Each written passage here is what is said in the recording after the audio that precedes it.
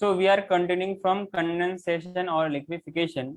Basically क्या होता है, when we have vapour, when we have some substance in vapour form, when we have substance in vapor form, if the temperature becomes low or somehow we uh, remove heat from that vapor, then what will happen? It will lose its energy, and they starts come closer and closer. Means उसकी their kinetic energy means their velocity क्या होगा, धीरे धीरे कम होती जाएगी। Means IMF intermolecular force of attraction बढ़ती जाएगी। ये सुनो, जब काइनेटिक एनर्जी रहेगा नहीं, वेलोसिटी मतलब घटती जाएगी, वेलोसिटी घटती जाएगी, तो क्या होगा कि then the particle starts to come together, nearer and nearer, पास और पास पास आते आते finally they form fine fine droplets of water, as we have example of water any vapour. what as we have example of a chilled water bottle that is surrounded by water droplets. Why? As in the water bottle the temperature is too much low, means वो freezing point क्या मतलब काफी low point पे होती है, and in surrounding we have high temperature. So there is a difference between in difference of temperature which causes the surrounding atmospheric vapor or condensation. the or we can say their temperature becomes low, yeah, their temperature decreases. So those water vapor which are available, which are present in the environment, starts condensing. The This condensation process, of the water vapour around the glass लिख सकते हैं। yeah, around the glass, वो जो भी कौन सा, वो भी उसमें अंदर चिल्ड पानी हो तब। अरे बात समझ में आ रही है? मतलब ठंडा पानी होना चाहिए, मीन्स टेम्परेचर का डिफरेंस होना चाहिए। और ये सब फिनोमेना क्या है, this phenomena are liquid. occurring due to difference in temperature or difference in pressure or whatever we have। मतलब ऐसा कुछ भी, जैसे अगर विंड हम कब बोलते हैं, जब प्रेशर डिफरेंस होता है। अगर प्रेशर डिफरेंस होगा ही नहीं, देन वाटर का फ्लो ही नहीं होगा, मतलब विंड का फ्लो, एयर का मूवमेंट होगा ही नहीं, तो हम लोग विंड बोलेंगे भी नहीं। We have ceiling fan in our ceiling ना, in our houses, in our rooms. So क्या होता है उसमें ना, कि आपको ठंडी इसलिए लगती है कि तेरी उनके ब्लेड की मूवमेंट करने की वजह से प्रेशर डिफरेंस होती है। जो अगर प्लेन टेक ऑफ करता है या टेक ऑन करता है, तो उसके बीच में क्या होता है, प्रेशर डिफरेंस होता है। High pressure to low pressure आपको पता है मूव करता है। तो इसी वजह से जो प्लेन होती है वो रनवे से टेक ऑफ करता है और रनवे में टेक ऑन करता है। कुछ बात समझ में आई? हेलो, सर आप एक और बात समझाएंगे? I am saying all these phenomena are due to difference of their respective points या respective components. Like अगर अगर आपको hotness, degree of hotness और coldness को feel करना है, if you want to feel this kind of hotness and coldness, so there should be a temperature difference. मान लो आपके हाथ का टेम्परेचर 40 डिग्री सेल्सियस है, और जिस आप सब्सटेंस जिस बॉडी को टच कर रहे हो उसका भी टेम्परेचर कितना 40 डिग्री है, तो आपको गर्मी का एहसास नहीं होगा ना ठंडी का एहसास होगा। हमें गर्मी का एहसास क्यों होता है? क्योंकि we have our body temperature around 37 degree Celsius. Yes और no? And in our surrounding temperature घटेगा या बढ़ेगा, तो उसी हिसाब से आपको ठंडी या गर्मी का महसूस होगा। कुछ बात समझ में आई? यस अगर सर। आप चाहते हो, if you want to increase the temperature of increase और decrease the temperature of any body, तो you should have to provide heat in the form of Q, और you should have to remove heat from the body.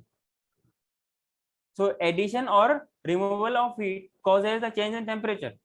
ये आप पढ़ोगे thermodynamics में, class 11 की chemistry में, physical chemistry, law of thermodynamics, first law, जहां पर energy can neither be created nor destroyed. First law होता है, सेकंड लॉ होता है, जीरोथ लॉ भी होता है। हाँ sir. All these things are explained in class 11, that is physical chemistry. Clear? So write down the first point as a definition: the process by which a gas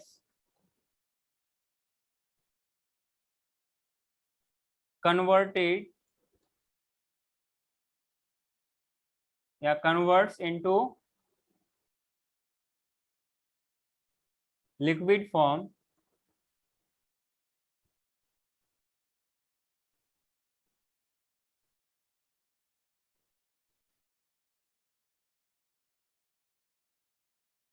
For this, it should have to lose heat energy. Are you able to understand? Yes, sir. Yes, By sir. losing heat energy,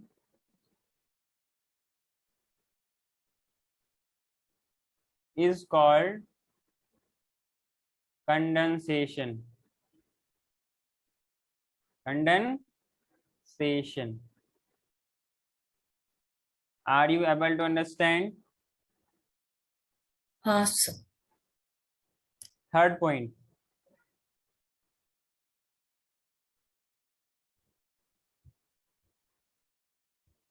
third point में लिखना boiling point, ये हम लोगों ने लिख रखा था ना? अरे बोलो। हाँ सर। तो बॉइलिंग पॉइंट मैं यहाँ पे आपको लिखा नहीं रहा हूँ, ये आपको जो मैंने पहले लिखाया था ना, जो मैंने लिखाया था वो आपको 11th 12th और इन कॉलेज में भी आपको वही डेफिनेशन मिलेगा। क्या मिलेगा? The temperature at which vapour pressure of that liquid becomes or equal to the atmospheric pressure of that area, that we call as boiling point. Is it clear to everyone? Yes. बोलो। और जब boiling होगा तो heat energy gain करेगा और loose करेगा? Gain करेगा। करेगा। गेन करेगा। अच्छा, एक बात आप मुझे बताओगे क्या, इन हिली एरियाज टेम्परेचर ज्यादा होता है कम होता है? कम होता है। तो if temperature is low then pressure ज्यादा होगा कम होगा? कम होगा। कम होगा। इसका मतलब प्रेशर जब कम होगा तो खाना जल्दी पकेगा लेट से पकेगा? सर लेट पकेगा। लेट पकेगा। पक्का? Yes sir. सर। क्यों? क्योंकि boil. I asked that why in hilly areas it is difficult to cook food or it takes more time to cook food. खाना बनने पकने में ज्यादा टाइम क्यों लगता है? बताइए। सर क्योंकि वहां पे एयर लेस है तो प्रेशर लेस है, और टेम्परेचर डायरेक्टली प्रोपोर्शनल है प्रेशर से, तो फिर टेम्परेचर भी लो है, तो फिर जो खाने को पकने के लिए हीट चाहिए रहता है तो हीट ज्यादा रहेगा। हाँ, समवाट तक सही है। तो आप नोट डाल के एक पॉइंट लिख लेना। बॉइलिंग पॉइंट का वही डेफिनेशन जो मैंने पहले लिखा रखा है, ठीक है? इसमें लिखना why cooking food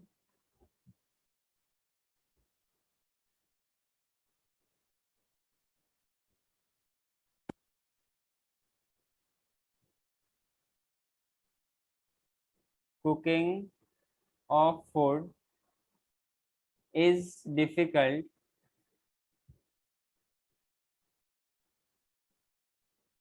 in hilly areas.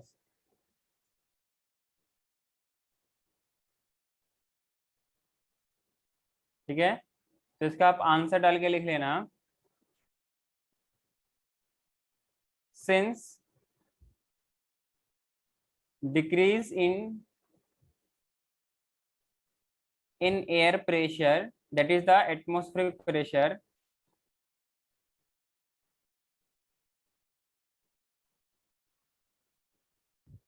causes decrease in boiling temperature. Boiling temperature, as we know, food को कुक होने के लिए it required certain temperature. Are you getting my point? Her food का कुकिंग के लिए बॉइलिंग के लिए एक स्पेसिफिक टेम्परेचर है। जैसे एज वी नो वाटर के लिए बॉइलिंग पॉइंट कितनी होती है? 100 डिग्री सेल्सियस। अगर ऑलरेडी का प्रेशर कम है, टेम्परेचर कम है, मतलब बॉइलिंग टेम्परेचर घट जाएगा तो उसको टाइम ज्यादा लगेगा ना। Are you able to understand, yes और नो? वैसे समझने के लिए आप ऐसा समझ सकते हो कि सर जब बॉइलिंग टेम्परेचर कम हो जाता है तो जल्दी पकना चाहिए। सब्सटेंस का बॉइलिंग टेम्परेचर कम नहीं होता, वहां का उस जगह का बॉइलिंग टेम्परेचर कम हो जाती है। समझ में आ रही है? जिनकी वजह से आपको मोर टाइम तक हीट करना पड़ेगा, तब जाके फूड पकेगा। Are you able to understand everyone? हाँ सर। पक्का? हाँ sir. What I said. So since decrease in air pressure causes decrease in boiling temperature, as we know in higher areas temperature is low. ये सुनो, जिनकी वजह से air pressure कम होती है, इनकी वजह से बॉइलिंग टेम्परेचर भी घट जाती है, डिक्रीज हो जाती है। क्लियर है? बिकॉज ऑफ विच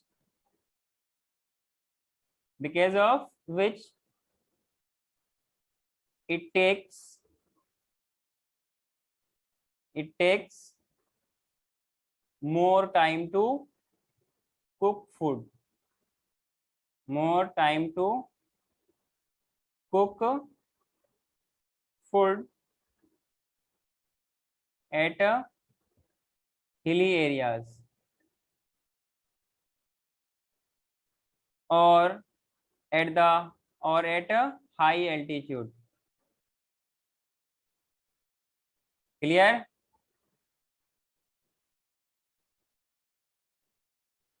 अरे बोलो भाई। Yes, sir. Any doubts and difficulties? No, sir.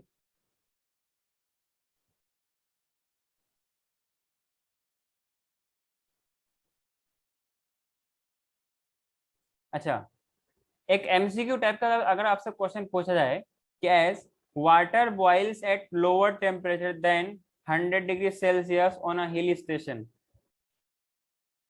Water boils at lower temperature than 100 degree Celsius on a hill station because पहला ऑप्शन है pressure is lower at high altitude, temperature is lower at high altitude, water vapors are less at high altitude, there is cloud formation at a high altitude. क्या होगा बताइए? Sir first वाला, first one क्या बताइए? Pressure is less at pressure is less at high altitude. Sir आप question वापस repeat कर सकते हैं? तुमको बार बार खाली क्वेश्चन ही रिपीट करने का मांगता है ना, ध्यान दोगे ना तो क्वेश्चन रिपीट करना पड़ेगा ही, आराम से देने का नहीं। सर समझा नहीं क्वेश्चन इसलिए water boils at lower temperature than, water का बॉइलिंग पर कितना होता है? 100 degree Celsius. 100 degree Celsius on hill station. ये कम क्यों होता है इससे? मतलब वो 100 के बजाय वो कम पहले उसकी मतलब जब बॉइलिंग पॉइंट घट जाएगा तो पहले बॉइल करेगा ना। Yes sir. इसका रीजन क्या है? Sir pressure is less. Sir pressure है कौन सा प्रेशर? Sir atmospheric pressure. हाँ, और बॉइलिंग कब होगा? जब उसका vapour pressure is equal to atmospheric pressure. समझ में आ रही है? तो वेपर प्रेशर पहले बन जाएगा, तो वो जब ऑलरेडी वो वैल्यू कम है तो पहले बॉइल हो जाएगा। क्लियर है? अरे बोलो भाई। Yes sir. हाँ, अगला इसमें नोट डाल के पॉइंट लिखना।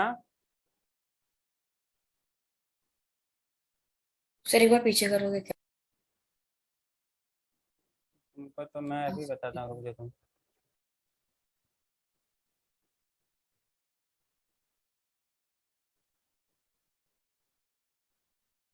हाँ सर हो गया। हो गया? हाँ सर।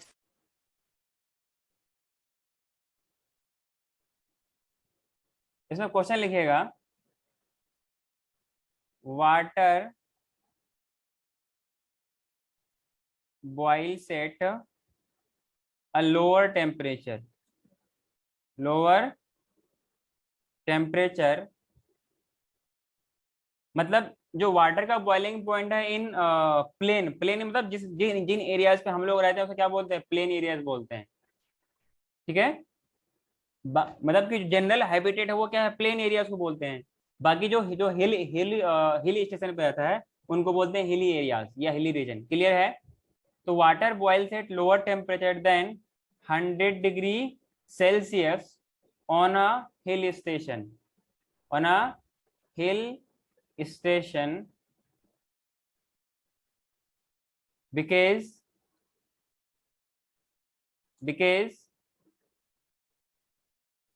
हाँ इसमें पहला ऑप्शन है आपके पास pressure is lower, pressure is lower at high altitude.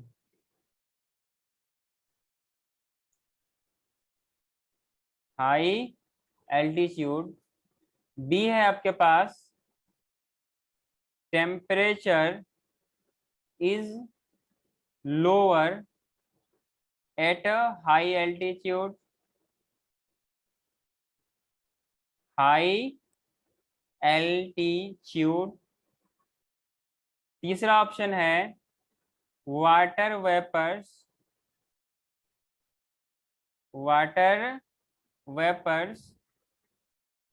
Are less at high altitude,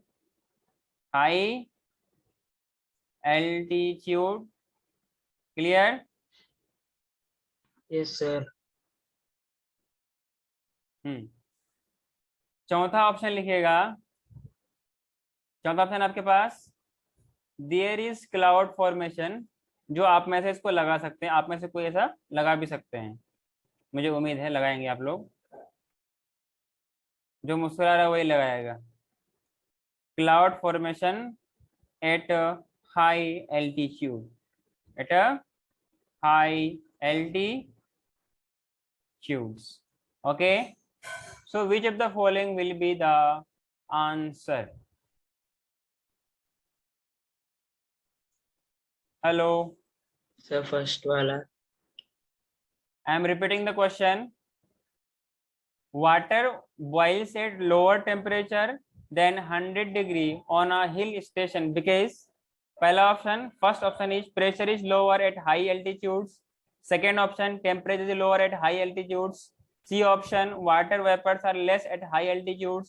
Fourth option, there is cloud formation at high altitudes. Which one will be the answer? Which one? Which one, everyone? Sir, Sir, A. A. Sir, E option. हाँ, means pressure is lower at a high altitudes. इसका reason डाल के लिख लेना आप लोग, ठीक है ना? रीजन में क्या लिखना? Pressure decreases as we go up due to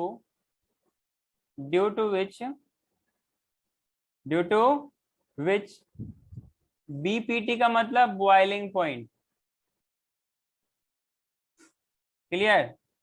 boiling points also decreases, एरोनेजी का मतलब क्या होता है? डिक्रीज, और ES का मतलब decreases, clear? So water boils at lower temperature than 100 degree Celsius on hill station. Are you able to understand? Yes or no? Hello guys, हाँ सर। सबको बात समझ में आई, हाँ या ना? तो इस सर, तरीके तो से आपके फिर- पास, हाँ सर, सर तो फिर प्रोसेस को इवेपोरेशन बोलेंगे ना? किस प्रोसेस को? सर ये जो वाटर बिलो 100 डिग्री सेल्सियस जो बॉईल हो रहा है तो उससे वो इवेपोरेशन कहेंगे ना? हाँ, इवापोरेशन अलग चीज है, बॉइलिंग पॉइंट अलग चीज है, ठीक है ना? इवापोरेशन अलग चीज है, बॉइलिंग पॉइंट अलग चीज है, वो तो डिफरेंट थिंग। हाँ ओम काकड़े, सेम चीज है क्या नहीं सर। या अलग अलग है? हाँ, कुछ कॉमन फिनोमेना होती दोनों में, ठीक है ना? और कंटिन्यूअसली ये वाटर जो upper layer of water molecules वो इवापोरेट होते रहते हैं, that is evaporation. Are you able to understand? Yes. हाँ, तो आपके मॉड्यूल में आपका एक डेफिनेशन लिखा हुआ है, the constant temperature. As you know, हर सब्सटेंस का जो बॉइलिंग पॉइंट है, मेल्टिंग पॉइंट, वो फिक्स होता है। तो that constant temperature at which liquid starts to change into gaseous state, clear है? बाय एब्जॉर्बिंग हीट एनर्जी, क्योंकि उन मॉलिक्यूल्स को ऊपर ट्रेवल करने के लिए, हवा में तैरने के लिए एनर्जी चाहिए, तो उसके लिए वो एनर्जी को गेन करेगा। क्लियर है? इस एट एटमॉस्फेरिक प्रेशर, इसको बॉइलिंग पॉइंट बोलते हैं। The best definition is that when any substance का या the temperature at which any substance's vapor pressure या any liquid's vapor pressure is equal to their atmospheric pressure, this temperature is known as that will be the fixed and constant. This constant temperature will be the boiling point of that substance. Are you able to understand? Yes or no? Yes, sir. Yes. Should I move to next? Yes, sir. Yes. Everyone done? Write down Yes, the sir. fourth point. Write down the fourth point, that condensation point. Condensation point. Write down fast.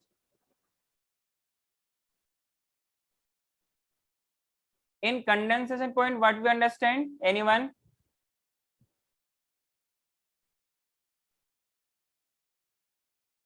So And the all The temperature temperature at which gas converts into liquid at atmospheric pressure. all these phenomena, all the phase conversion, जो phase conversion होता है ना, उसका temperature हमेशा constant होता है। Are you able to understand?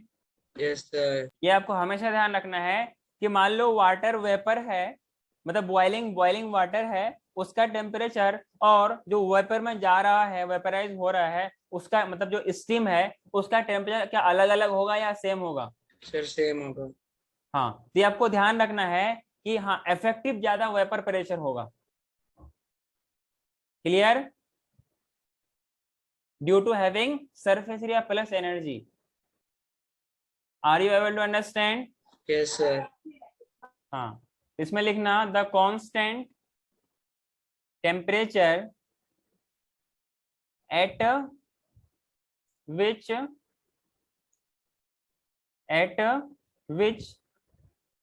a gas changes या converts into liquid form, just उल्टा, बॉइलिंग का जस्ट उल्टा, by giving heat energy. Clear? Giving out heat energy, जो उसके अंदर था, जब तक उसके अंदर रहेगा वो वेपराइज फॉर्म पे रहेगा। जैसे एनर्जी ही will that substance will lose, then क्या होगा, वो धीरे धीरे ड्रॉपलेट्स की फॉर्म में कन्वर्ट होना शुरू होगा। क्या मेरी बात समझ में आ रही है? Yes, sir. कोई दिक्कत? Any doubts and difficulties? No, sir. At ATM pressure means atmospheric pressure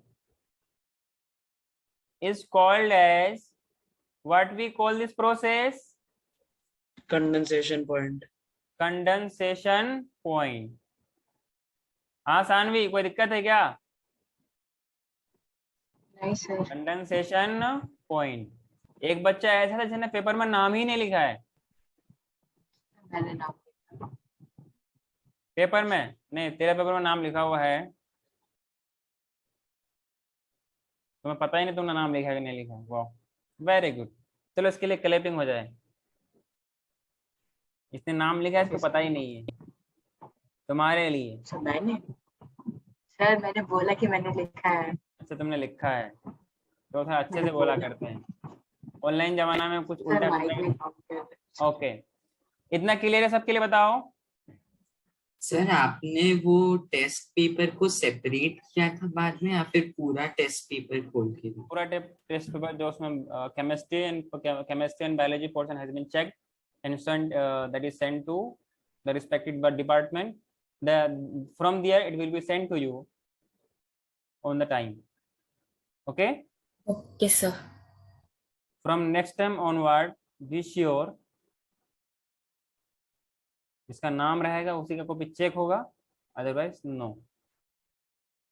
जहाँ पे उसका बच्चे लिस्ट में उसका नाम बता कितना, 0 लिखा जाएगा, 0। अंडा लिखा जाएगा, अंडा। ये ध्यान रखना। क्या आपको मेरी बात समझ में आ रही है? हाँ सर अच्छे से। अच्छे से ना, हाँ अच्छे बच्चे हो तो अच्छे से समझ में आना चाहिए।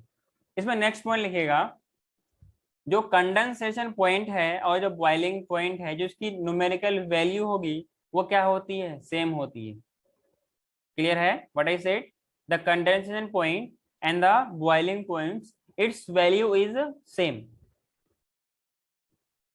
Are you able to understand? If it Yes, is sir. 50 तो दोनों के लिए कितनी होगी, 50 होगी। कुछ बात समझ में आई क्या? Yes, sir. हाँ। नेक्स्ट बात करेंगे हम लोग कंडेंसेशन ऑफ वाटर वेपर, और जो बॉइलिंग पॉइंट ऑफ वाटर है वो कितनी होती है, सेम होती है, that is equal to 100 degree Celsius.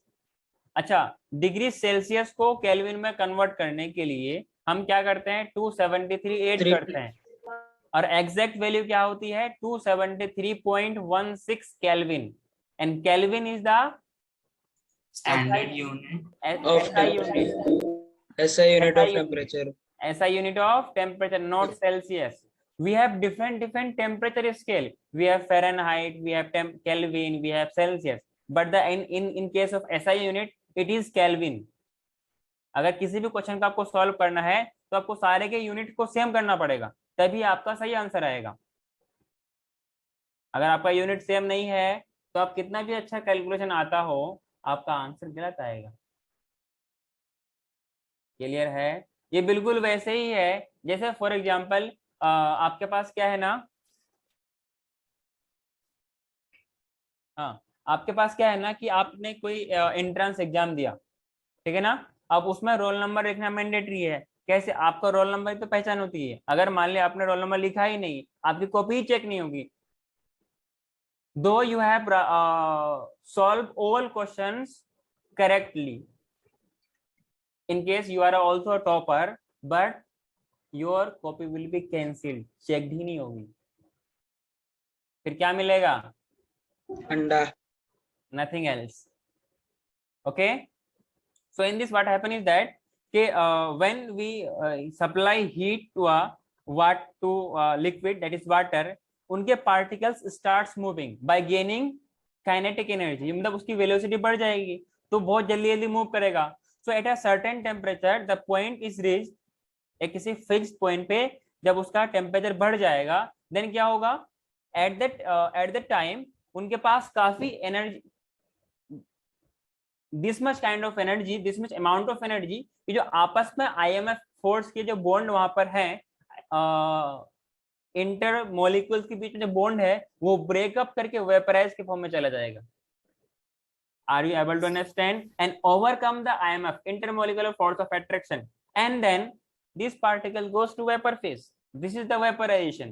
Are you able to understand? Yes or no? Yes, sir. हाँ, तो नोट की जरूरत नहीं है, मैंने आपको समझा दिया। क्लियर है? अरे बोलो। Yes, sir. सर एक और बार समझा देंगे।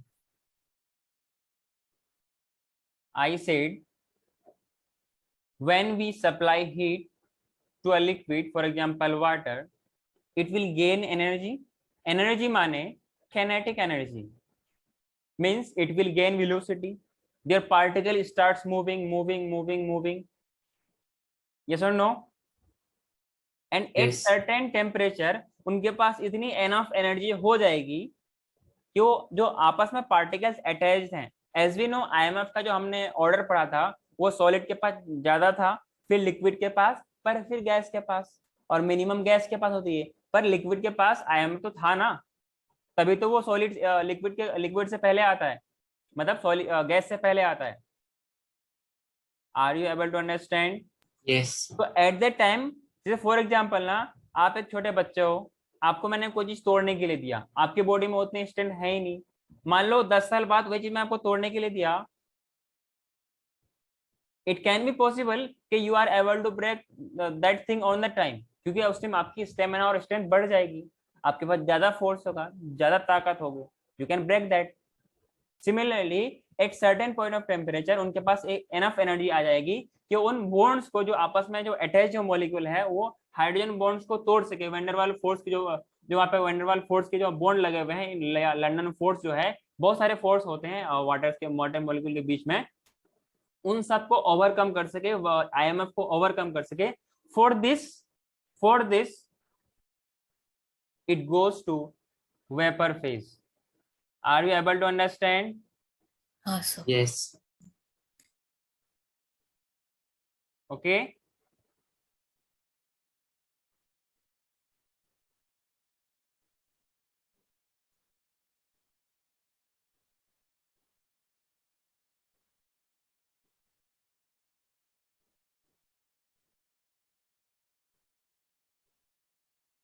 That's fine. Clear? So write down the next point, next topic, as we have written first. The first topic was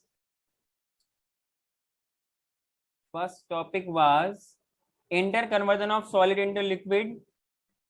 Okay. In next we have written interconversion of liquid into gas.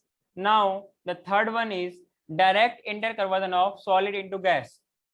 Solid into gas, as we know, sublimation. Do you know? Hello. Yes, sir. Yes, sir. Naphthalene balls. Direct interconversion of solid into gaseous state. अरे बोल भाई, Yes, sir. Gaseous state, and इसका उल्टा भी possibility है। अरे कुछ बात समझ में आई क्या, हाँ सर। या समझाऊं? सर समझ में आया। हाँ। सर naphthalene balls वही होता है। व्हाट तो happened? Camphor. Sir naphthalene balls वही करते हैं। Direct naphthalene conversion। एग्जांपल दे रहे हैं, वेरी गुड। तो कैम्फर। कैम्फर, खपो बोलते Ammonium हैं, chloride. अनिल कपूर नहीं, खपोर बोलते हैं उसे। एचिंग वगैरह में यूज किया जाता है। Dry ice। Sir, ammonium dry chloride. Ice. Ammonium chloride. बहुत शरीफ बनता है तू ना, बोल लिया फिर मुंह फिर ऐसे करता है। हो गया, मैं तेरा सब निकालता हूँ। That's fine. सो इसके लिए हम लोग एक टर्म यूज करते हैं, सब्लिमेशन। क्या यूज करते हैं? Sublimation. In this what happening is that these solids are directly changes into gaseous form without converted into liquid, or the gaseous form directly converted into solid form. This process is known as sublimation. और इसके लिए हम लोगों ने condensation भी बात किया था। एक हमने एक और टर्म लिखा था, उसको हमने क्या लिखा था?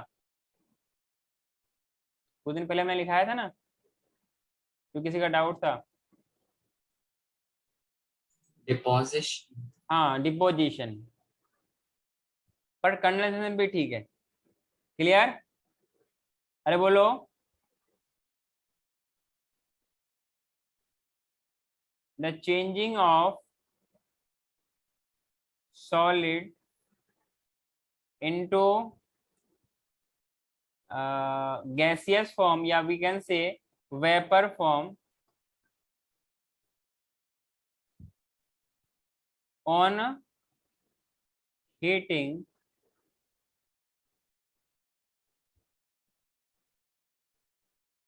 vapor directly on heating. Clear? And vapor to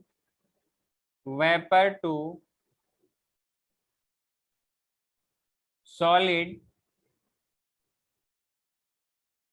on cooling is called as Deposition. Sorry. sublimation. Sublimation. Sublimation. Sir लेकिन vapour to solid sir vapour to solid तो डिपोजिशन होता है। डिपोजिशन होता है ना। सर या फिर बट डीसब्लिमेशन। यहाँ पर हम लोग हाँ डीसब्लिमेशन बोल सकते हैं, लेकिन इसके लिए हम लोग एक कॉमन टर्म यूज कर सकते हैं। ठीक है ना? सॉलिड इनटू गैस और गैस इनटू सॉलिड सब्लिमेशन बोल सकते हैं। क्लियर? अरे बोलो। डिपोजिशन नहीं बोल सकते क्या? हाँ वो जेट में लिखा है। वो एक अच्छा टर्म है, बट एक कॉमन टर्म है, तो हम लोग जो मेनली ये टर्म है वो सॉलिड इनटू लिक्विड वेपर के लिए। क्लियर है? हाँ सर पहले क्लियर है। सबने लिखा क्या? हाँ सर सर। एक second do it fast. Sir, हो गया। डन। इसमें नेक्स्ट लिखना कंटिन्यू करके, स से वी, या हम लोग गैस भी बोल सकते हैं, that is sublimation, that is sublimation. Sir अब आप समझा सकते हैं? अरे सॉलिड से वेपर और गैस, ओके सर। वेपर और गैस से सॉलिड को हम लोग क्या बोल सकते हैं? डिपोजिशन, डीसब्लिमेशन। डिपोजिशन, डिपोजिशन और कंडेंसेशन यूज कर सकते हैं। हेलो? और ये सारे टर्म मैंने पहले लिखा रखा था आप लोगों का ना। सर लेकिन कंडेंसेशन टर्म अप्रोप्रिएट नहीं रहेगा ना, क्योंकि वो तो गैस लिक्विड की। नहीं, कंडेंस का मतलब क्या होता है? जो सॉलिडिफाई होना। मतलब वो पहले फैला हुआ था वो एक जगह, कंडेंसेशन हमने पढ़ा था ना कि इन प्रोकैरियोटिक कंडीशन में क्या होता है, जेनेटिक मटेरियल कंडेंस्ड नहीं रहता, मतलब पार्टिकल एक साथ आने को बोलते हैं कंडेंसेशन। वो लिक्विड में हो सकता है, वो सॉलिड में हो सकता है। अरे ओके बात सर। समझ में आई क्या? हाँ जो अच्छा टर्म है वो क्या है? डिपोजिशन और डीसब्लिमेशन। सब्लिमेशन। अच्छा, डी सब्लिमेशन का मतलब ये नहीं होता कि ये उसका उल्टा है। बात समझ रहे हो? सर वही है। बहुत बहुत बुरा मारूंगा मैं। वापस आने को बोलते हैं, डी लगाते हैं। जिसे आप लोग आगे जाकर 11 में पढ़ोगे, जिसे आपके पास न्यूरॉन्स होती है, ठीक है? तो न्यूरॉन्स क्या होती है? इनिशियली वो पोलराइज स्टेट पे होती है। जब वो आपके मैसेज को, इम्पल्स को कंडक्ट नहीं करेगा, फिर वो रीपोलराइज होती है, फिर डीपोलराइज होती है। मतलब वापस इनिशियल कंडीशन में आ जाना को हम लोग क्या बोलते हैं? डीसब्लिमेशन। अब इसको आप ऑपोजिट कहोगे तो फिर थोड़ा सा अच्छा नहीं रहेगा। समझ में आया क्या? Yes sir. हाँ। नेक्स्ट पॉइंट इसमें लिखना आप लोग। नेक्स्ट पॉइंट क्या लिखेगा?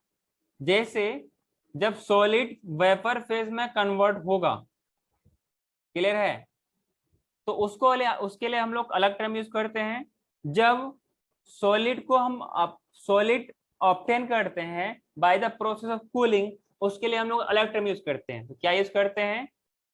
सॉलिड, इस सॉलिड का नाम अलग देते हैं, सॉलिड विच अंडरगोज सब्लिमेशन। इसका मतलब क्या है? एरो का मतलब अंडरगोज सब्लिमेशन। सब्लिमेशन से क्या बनता है बताओ? वेपर बनता है। To form vapour, to form vapour, इस सॉलिड को हम लोग क्या नाम देंगे बताना? अरे बोलो। Sublime. Are you able to understand? हाँ सर। हाँ। जब वेपर को जब वेपर को सॉलिड में कन्वर्ट करेंगे बाय कूलिंग, बोलते हैं जरा सा कूल हो जाओ, ठीक है? Vapour to solid by cooling, इसको हम लोग क्या बोलेंगे? सब्लिमेट। सब्लिमेट। इस वेपर को क्या बोलेंगे? Sublimate. Are you able to understand? Yes sir. Example लिखाऊं क्या? यस। चलेगा सर। सबने लिखा गया? Yes sir. हाँ। अब लिख लो थोड़ा सा एग्जाम्पल। ये सारे एग्जाम्पल तुम्हें आना चाहिए। पहला लिखना, अमोनियम क्लोराइड का फॉर्मूला कौन बताएगा? Sir, NH3Cl. NH4Cl. NH4. जिसने NH3 बोला अपने आप को तमाचा लगाओ. Slap yourself. जोर से आवाज आनी चाहिए. सर वो म्यूट पे है. हाँ. नेक्स्ट आपके पास है iodine. Next you have camphor. We have naphthalene ball. नेप्थैलीन. ठीक है. इसको मॉथ बॉल्स बोलते हैं. माउथ नहीं, मॉथ बॉल्स. हाँ जानवी, माउथ नहीं, it is moth balls. Are you able to understand? Sir ये सब सबलाइम के एग्जांपल्स हैं. ये दोनों का कंबाइंड एग्जांपल है. Okay sir. ठीक है ना, दोनों चेंज होता है. Next you have anthracene. Are you able to understand? Anthracene. Is it clear? अरे बात समझ में आई, हाँ या ना? सर आए लेकिन लिखना है. फटाफट लिख लो, मैं बहुत पिटाई करूंगा. समझे क्या? Yes sir. फटाफट लिखो.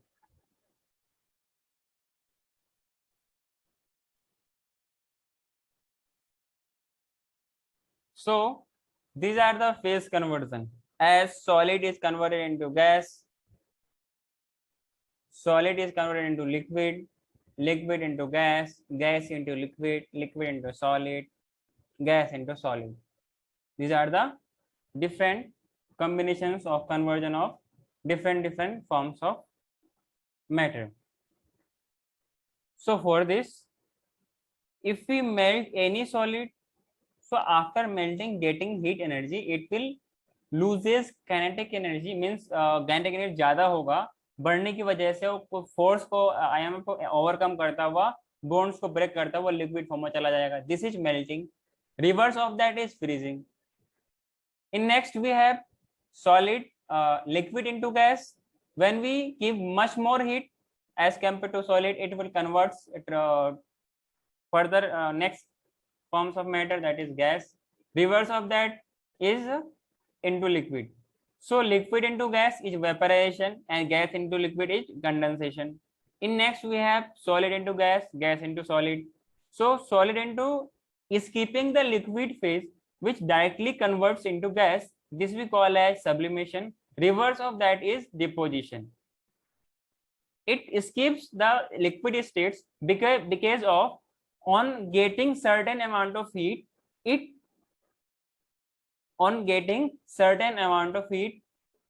gains high kinetic energy. So it directly converted into gaseous state. And those solids will show sublimation or this property which has high vapor pressure. So it changes into gaseous state. Are you able to understand? Yes or no? Yes sir. सबने लिख लिया? हाँ sir लिख लिया. पक्का? पक्का.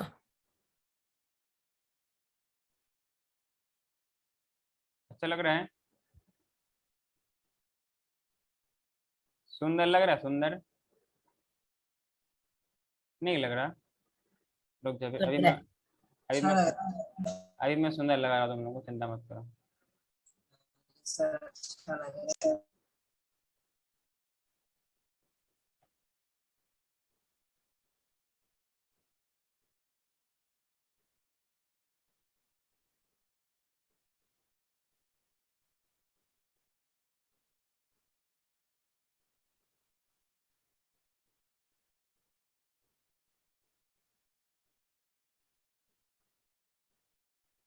Everyone done?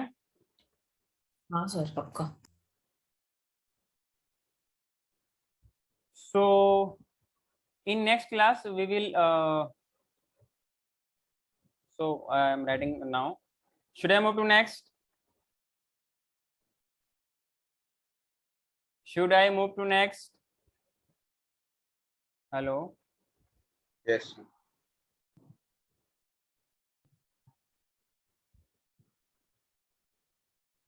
सरियन scale में बहुत बदमाश हो गया ना, कैमरा वो बहुत ऑफ रखता है ये।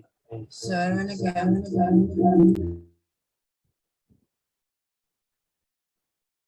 सो मैंने कैमरा ऑफ कर रखा है क्योंकि इधर इंटरनेट अच्छे से नहीं आ रहा है। मैंने 2 डिवाइस से ज्वाइन कर रखा temperature scale. So we have 3 temperature scale. Okay.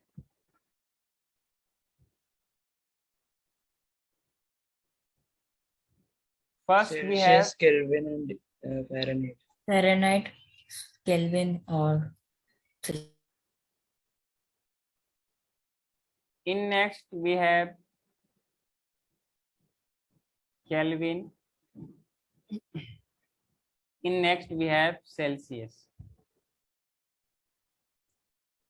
Are you able to understand? So इसका मतलब ये भी है कि हमें इसका कन्वर्जन भी आना चाहिए, Celsius to kelvin, kelvin to Fahrenheit, Fahrenheit to Celsius. क्या ये सब कर पाओगे आप लोग? हाँ सर आता है। पक्का? सर Fahrenheit to Celsius का बताओ। सब बताएंगे, थोड़ा सब्र रखो, सब्र, धैर्य रखो। मैं एक चीज बताऊंगा, एक फॉर्मूला बताऊंगा जिससे आप सारे कैलकुलेशन को कर सकते हो।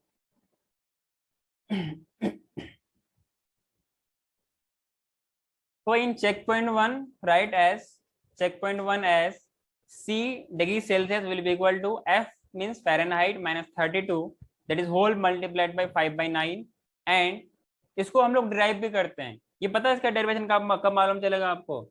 जब आप क्लास 11th पहुंचोगे। हाँ वेरी गुड। तुम्हें कैसे पता बेटा?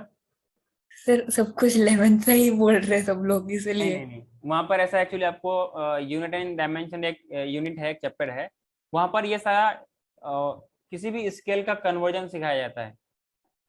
किसी भी सब्सटेंस पे, किसी भी मेजरमेंट पे कितना एरर्स वगैरह है, कितना एक्यूरेसी है, कितना प्रीसाइज है, वो सब वहां पे सिखाया जाता है, क्योंकि उस टाइम तक आपकी सोच अच्छी डेवलप हो चुकी होती है, इसलिए वहीं तक दिया गया है।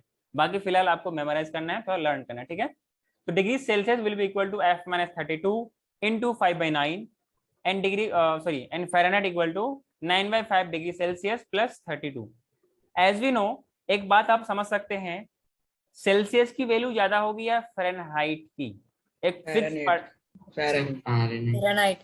तो 9/5 ज्यादा है या 5/9 ज्यादा है? 9/5 ज्यादा है। हाँ। सो जब भी हम सेल्सियस को डिग्री फ़ारेनहाइट मतलब फ़ारेनहाइट पे कन्वर्ट करेंगे तो क्या होगा? वैल्यू बढ़ के आएगी। जैसे सेल्सियस टू केल्विन करते हैं, जैसे सेल्सियस टू केल्विन करते हैं, तब क्या होता है? Then its Plus value 273. increases by 273.16, its exact value, वो इतना बढ़ के आती है। Are you able to understand? So here what happening is that कि अगर केल्विन को सेल्सियस पे लाएंगे तो वैल्यू घट जाएगी। सिमिलरली वैल्यू के हिसाब से जो लार्जर स्केल है वो सेल्सियस है, देन फ़ारेनहाइट है, देन फिर क्या है आपके पास? केल्विन है। क्लियर है? सो अगर आप सेल्सियस टू फ़ारेनहाइट कन्वर्जन जानते हैं तो आप सब आसानी से कर लेंगे। क्लियर है? हाँ सर। तो सेल्सियस में वैल्यू कम होती है, अगर आप एफ को सी पे कन्वर्ट करेंगे देन उसकी वैल्यू कम आएगी, इसलिए 5/9 से मल्टीप्लाई कर रहे हैं। और सी को एफ में कन्वर्ट करेंगे तो उसकी वैल्यू बढ़ के आएगी, इसलिए 9/5 से मल्टीप्लाई कर रहे हैं, ऊपर से प्लस 32। क्लियर है? अरे बोलो। हाँ सर। और चेक पॉइंट 3 डाल के लिखेंगे आप लोग, kelvin equal to 273.16 plus degree Celsius. Are you able to understand? Hello, हाँ सर। कोई दिक्कत?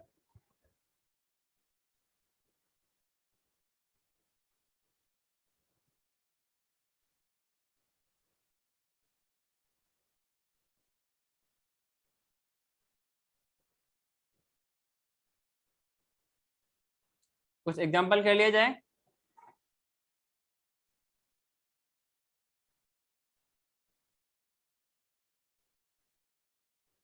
और ऐसा यूनिट क्या है? केल्विन। केल्विन है sir. SI unit. Okay, international system of unit इसका फुल फॉर्म होता है। लिख लेना SI यूनिट का full form international system of units. लिखवाया था। अच्छा, लिखवाया था, very good. If we convert 0 degree Celsius into kelvin then what will happen? 273 kelvin. 3.16। तो एग्जैक्ट हम वो 16 की बात नहीं करते हैं, वो जब मेंशन किया जाएगा तब आपको यूज करना है, अदरवाइज हम 273 लेते हैं। That will equal to 273 kelvin. वहीं पर अगर 200 डिग्री सेल्सियस है तो उसको हम लोग क्या करेंगे? 200 plus 273 473. 473 kelvin. It is not degree, be sure. तीसरा आप एग्जांपल ले लो, क्या लोगे? -27 डिग्री सेल्सियस, तो इट विल बी -27 273 कितना है बताइए? 246. 46। भरोसा कर लूं आप पे? हाँ सर। नहीं सर. वही समझ. अच्छे तेरे 13 1 4 2 6 7 2। ओके, क्या हो गया? फोर्थ डाल के लिख लेना। अगर आपके पास